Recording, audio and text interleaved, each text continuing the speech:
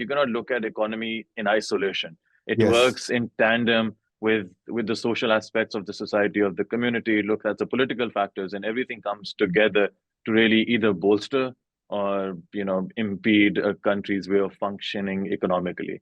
And on that note, I think the financial inclusion topic is not very different. We have been, unlike other sectors you just mentioned, we've been unable or we've been failed to bring within our umbrella of financial inclusion the majority of the country's population. According to some recent figures, 2021, 79% of Pakistan's population is still unbanked. Up to about 56% does not engage in any products, either formally or informally.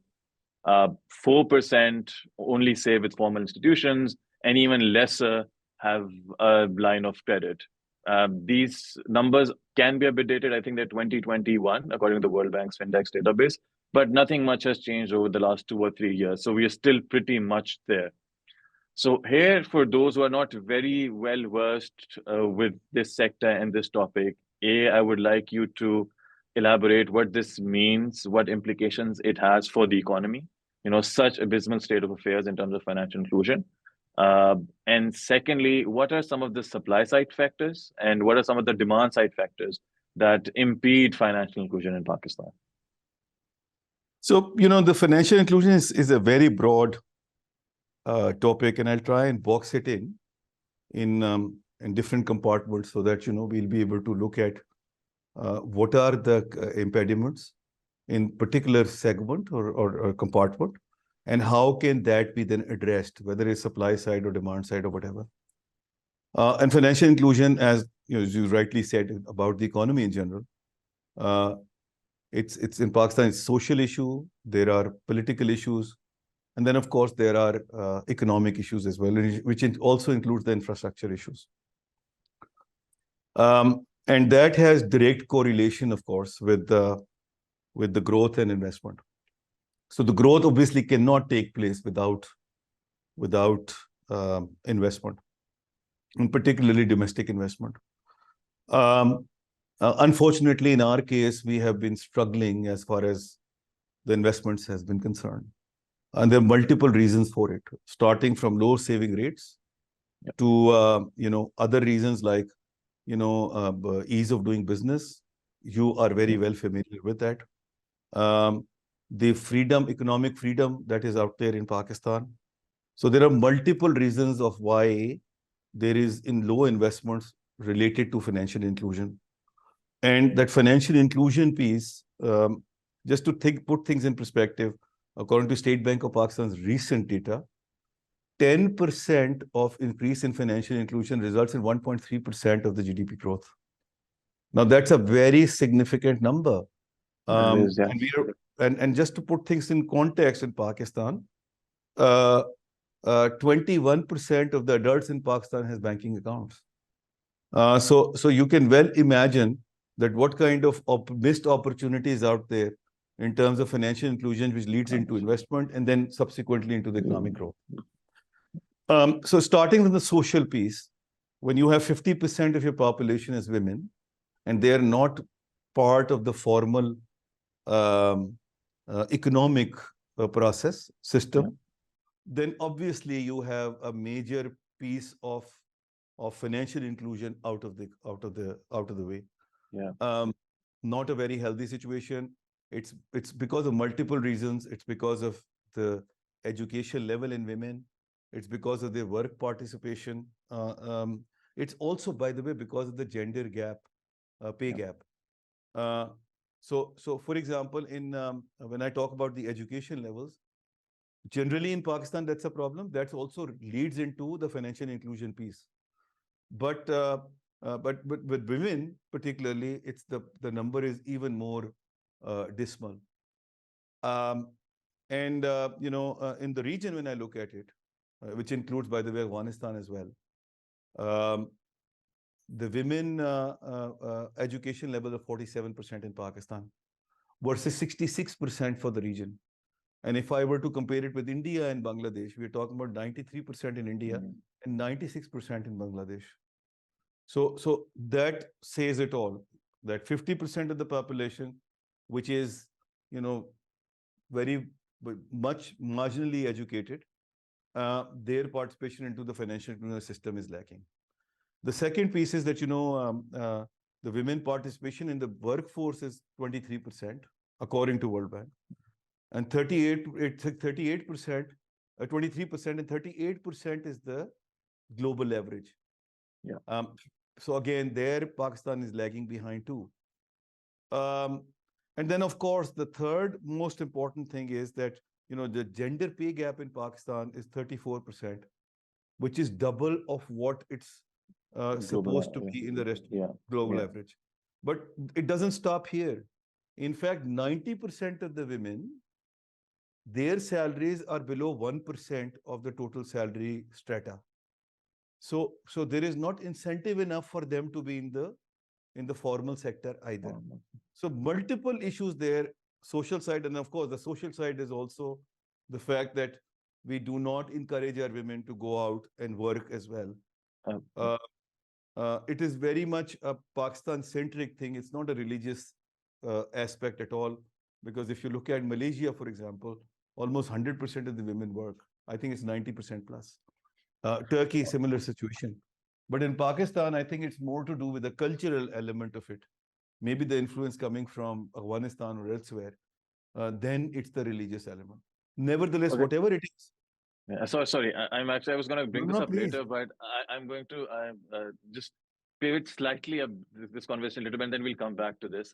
So, because you've mentioned the gender biases, the gender norms that prevent women from accessing or pursuing financial inclusion policies, or banking formally, what has anything been done on the legislative side or by the Yes. financial sector as such to Yeah. incentivize and tap this particular market Yeah. segment? Yeah. And has that helped? Have you seen the numbers go up? Because that's a reality. It'll take us Yes. some time to address those gender gaps which are there in education, in norms, in workplace, in accessing employment, and just safety and security as well. So it'll take Right. a time for us to get there. And but in the meantime, how in the short term, to put it that way, what is being done or what can be done to address this? No, thanks for posing that question. So the good news is, Norez, and as we were talking about earlier in our discussion as well, there is seem to be a realization at the general public level that they need to do something about it. And this is a very important element for the overall social and economic progress of Pakistan. So State Bank of Pakistan a couple of years ago came out with the policy called Banking on Equality, where they gave actual specific targets year by year for the next 5 years for banks to pursue in terms of bringing women into not just the normal banking account, but also lending and hiring them and taking it even further of supporting them for entrepreneurship. So interestingly enough, those numbers, obviously they've devised those numbers in this consultation with the banking industry. Initially, these numbers were very slow, but the idea is in the next 5 years, where we stand today, we should be able to double these numbers, at least in the banking sector, which is a big this thing. But it'll be a leapfrog because the banks will be able to force the other customers. And I think the second level of the policy making would be to force their customers by the banks that they have to now start showing the women number in their workforce and their overall scheme of things, so that they can get the credit from us, like the State Bank of Pakistan has done in the case of green banking. So the framework for green banking has come through, whereby now we will be approving the credit for our customers based on they complying with those green guidelines. So I guess on the gender side too, the next step would be that we'll get there, but the first step has already been done. But Naresh, trust me, at the end of the day, it has to come from public. Interestingly enough, it has some very positive impact on organizations. For example, organization like ours, which was or the other organization that I am a chairman of is Oil and Gas Development Company, OGDCL, uh, the, uh, uh, the acceptance of women in the workforce has always been an issue. But what we've seen over a period of time, that when we start forcing them to deal with women in the work environment has changed substantially. The uh, the efficiencies have increased, um, and of course the overall participation of the women has become better as well, because the work environment has been very negative in the past, which has now become much more conducive for the women. And for example, now we are very clear that on two things there is a zero compromise: one on harassment, and two on on frauds. So no compromise there. I have seen a shift in our organization in the last 3 years, really towards the better in terms of overall environment and the I would say Workplace. performance. Yeah, Yeah. performance.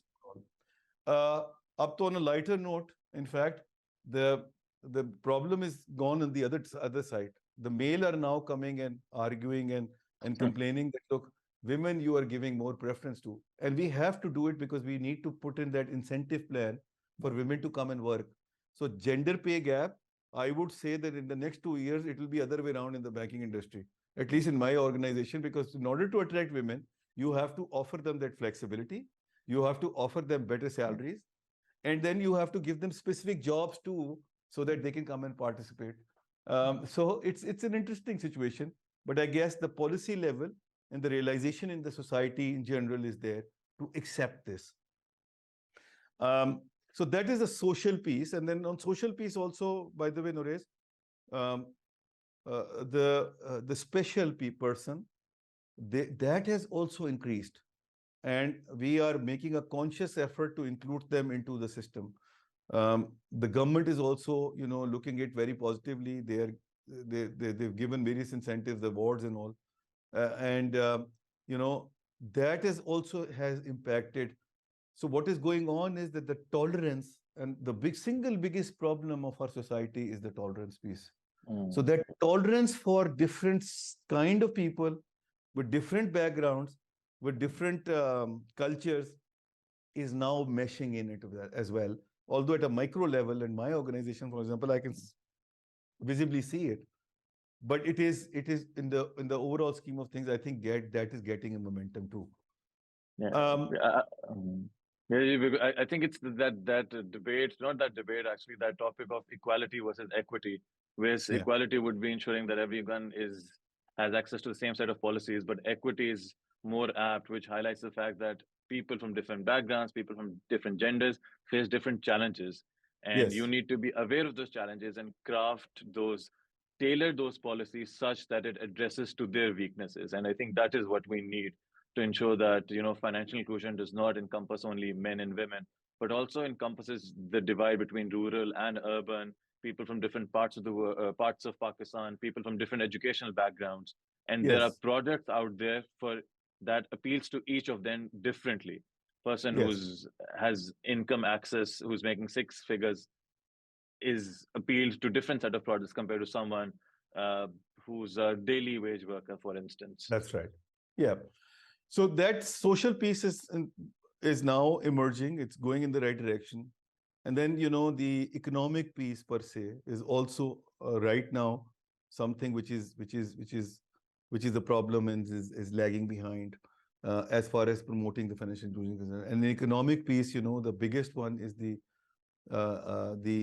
shadow economy, the informality of the Yeah. economy. Um, you know, um, uh, right now, almost 30% of the deposit size is the currency in circulation. Um, and that currency in circulation is a parallel economy which is going through. Yeah. And those are not part of the formal financial inclusion per se. And the result is that then the saving rates are very low. We have one of the lowest saving rates in the region again. We have 6% saving rate, whereas India has 30% and Bangladesh Yeah. has 26%. Yeah. And Yeah. Sri Lanka is 28% as well, by the way. Yes. Yeah. And that also says a lot in terms of availability of the capital. It's a completely different debate that, there obviously our income levels are low too. The savings are low as well. There are cultural and our consumption is very high. Our consumption rate is what yeah, is 92.8% in the last 10 years average. In the GNP, the consumption piece, which is government yeah, spending as well as household consumption, yeah, is 92.3%. So just, almost 7% is left behind for investment and uh, uh, that, for yeah, for the investment and eventual growth yeah, and net export, by the way, which is again related yeah, to the. yeah, So until unless you have the export driven investment coming in, your problems ain't going to resolve. And that is, on the second piece, on the economic side, the thing that is lagging behind is the lower saving rates, informality of the economy, mm, and then also, the infrastructure is not supporting either. So both physical infrastructure as well as soft infrastructure. And physical infrastructure, um, Pakistan is a large country, large land mass, uh, and we have um, 10 branches per 100,000 people, mm, as opposed to, for example, Bangladesh, which has 9 branches per 100,000 people, and their land mass is 5 times smaller than ours. Uh, India, on the other hand, has 15 branches per 100,000 people. And that also is something which is lagging behind as far as bringing people into the financial inclusion is concerned. Then the transaction amount is become very expensive. And mm, in case of us, for example, in comparison to UPI in India, uh, the Nadra is a profit center rather than a utility. And they mm, charge, from 10 rupees to 45 rupees per transaction.